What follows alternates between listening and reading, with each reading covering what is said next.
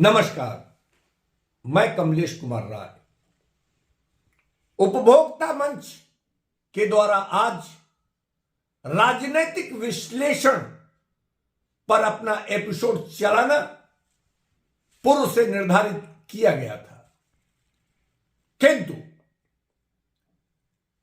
पिछले दिनों पूर्वांचल में पीडी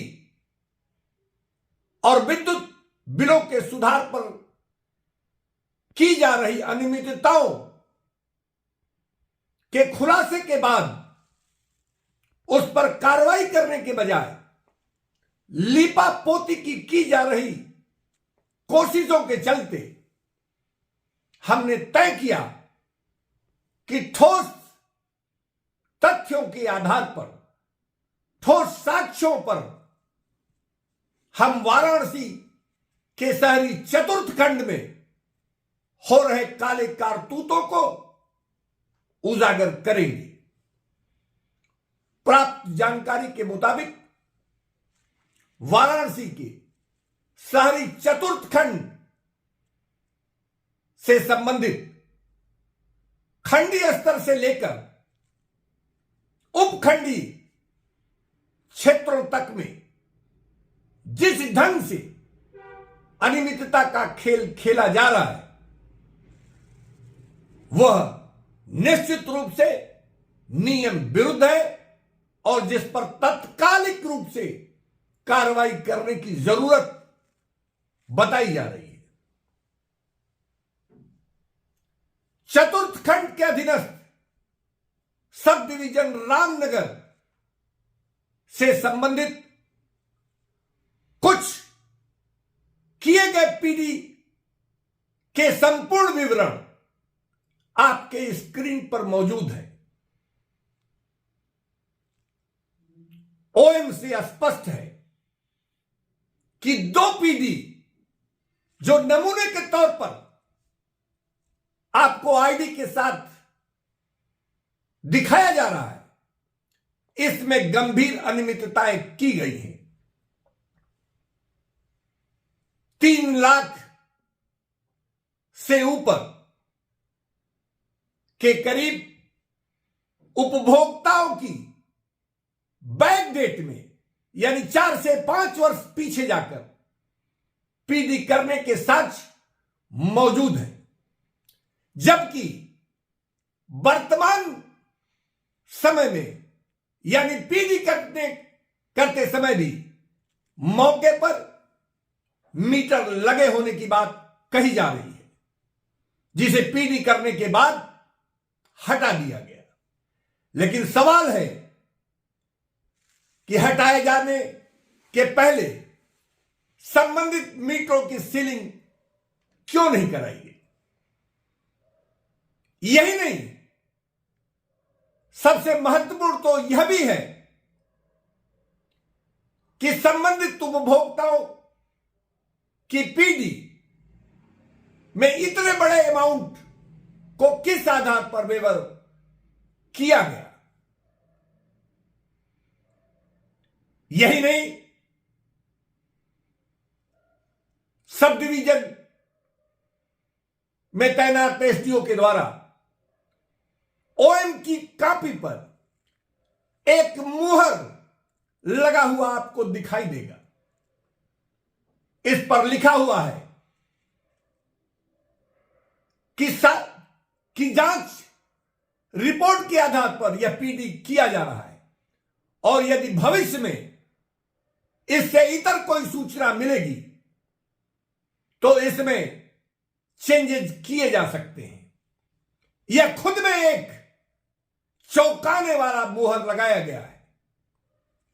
किसी भी कोड से लेकर पीडी के किसी भी नॉर्म्स में इस तरीके की कोई व्यवस्था नहीं है कि अधिकारी के द्वारा पीडी करने के बाद इस तरीके की बातों को कार्यालय ज्ञापन की प्रति पर मुहर के माध्यम से लगाया जाए। यही नहीं, जिस ढंग से ओएम पर इस तरीके के बातों का उल्लेख किया गया है वह सर्वथा अनुचित है और नियम विरुद्ध भी। सवाल उठना लाजमी है कि जब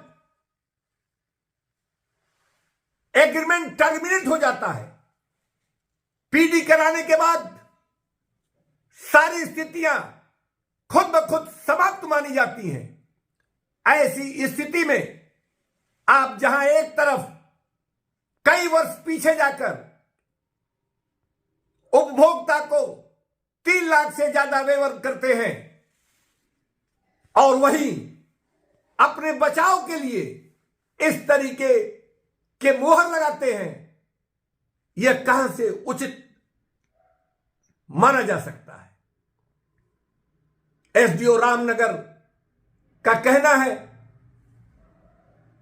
कि उसकी पहुंच बड़े बड़े लोगों के साथ है, वह विभागीय बड़े अधिकारियों के साथ उसका उठना बैठना है।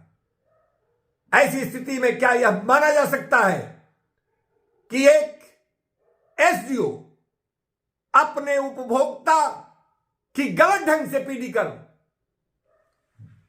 बड़ी कथित तौर पर बड़ी धनुगाही करने के लिए क्या अधिकृत है? सवाल यही नहीं रुकता। शहरी चतुर्थ खंड में हो रहे इस काले कारनामों की जांच आखिर कौन और कब तक करेगा? एसडीओ गुरधाम से लेकर एक्सियन अर्बन चतुर्थ तक के संदर्भ में